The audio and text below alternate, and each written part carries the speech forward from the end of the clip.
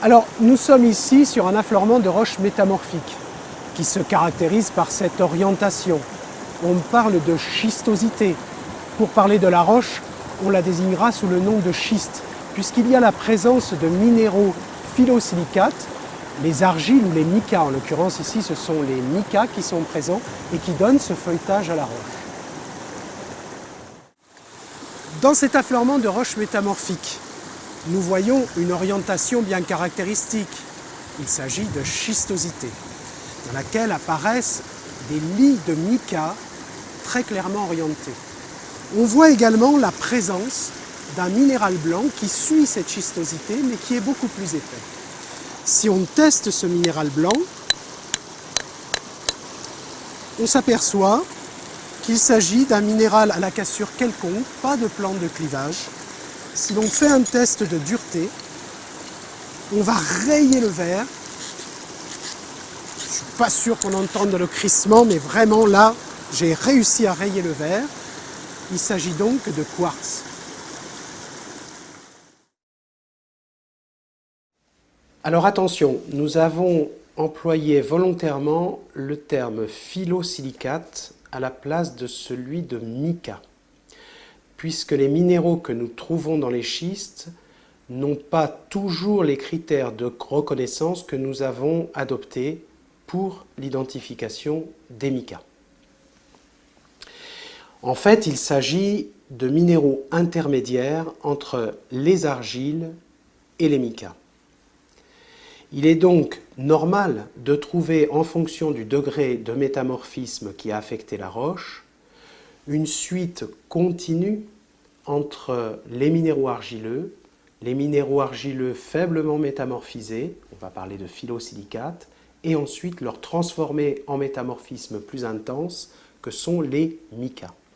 Alors, l'exemple le plus connu qui illustre bien ce propos, c'est la roche que l'on appelle ardoise. Nous sommes en présence d'une roche feuilletée qui a tous les critères d'orientation d'une roche métamorphique et qui pour autant, dans certains cas, peut présenter des fossiles, des traces de fossiles, qui les rangeraient plus dans le cadre d'une roche sédimentaire. Les minéraux qui composent l'ardoise sont bien des phyllosilicates, on reprend ce terme, puisqu'ils n'ont pas exactement les critères des argiles et ils n'ont pas non plus les critères des micas. Ce sont des minéraux intermédiaires.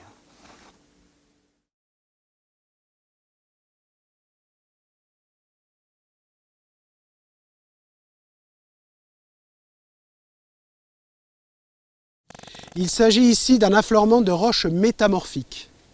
La roche qui est représentée sur cet affleurement est du gneiss. La définition du gneiss est très précise en termes de critères de texture et de critères minéralogiques. La texture est représentée ici par un zébrage de la roche, on peut peut-être l'appeler comme ça, avec très clairement des lits de minéraux clairs qui alternent avec des lits de minéraux sombres.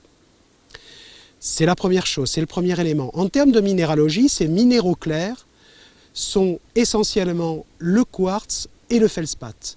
Pour les minéraux sombres, il s'agit de mica. La composition quartz, mica, feldspath liée à la foliation, orientation des minéraux, est une caractéristique du gneiss.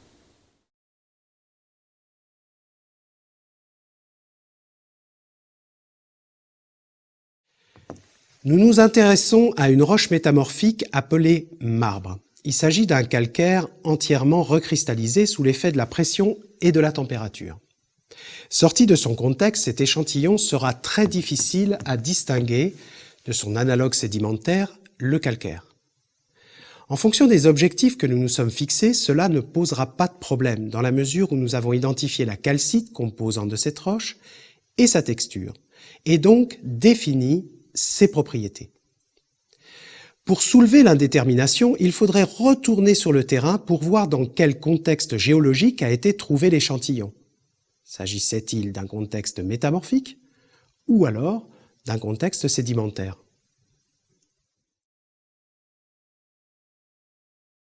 Alors attention au terme marbre, puisqu'il existe dans le langage courant. Et dans ce cas, il désigne une roche veinée, colorée, qui peut prendre un joli poli et qui sert de pierre décorative.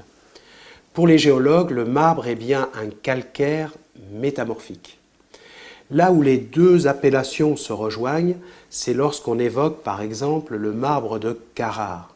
Dans ce cas-là, il s'agit bien d'un calcaire métamorphique cristallisé qui a été largement utilisé dans le monde romain, mais aussi encore de nos jours pour la décoration.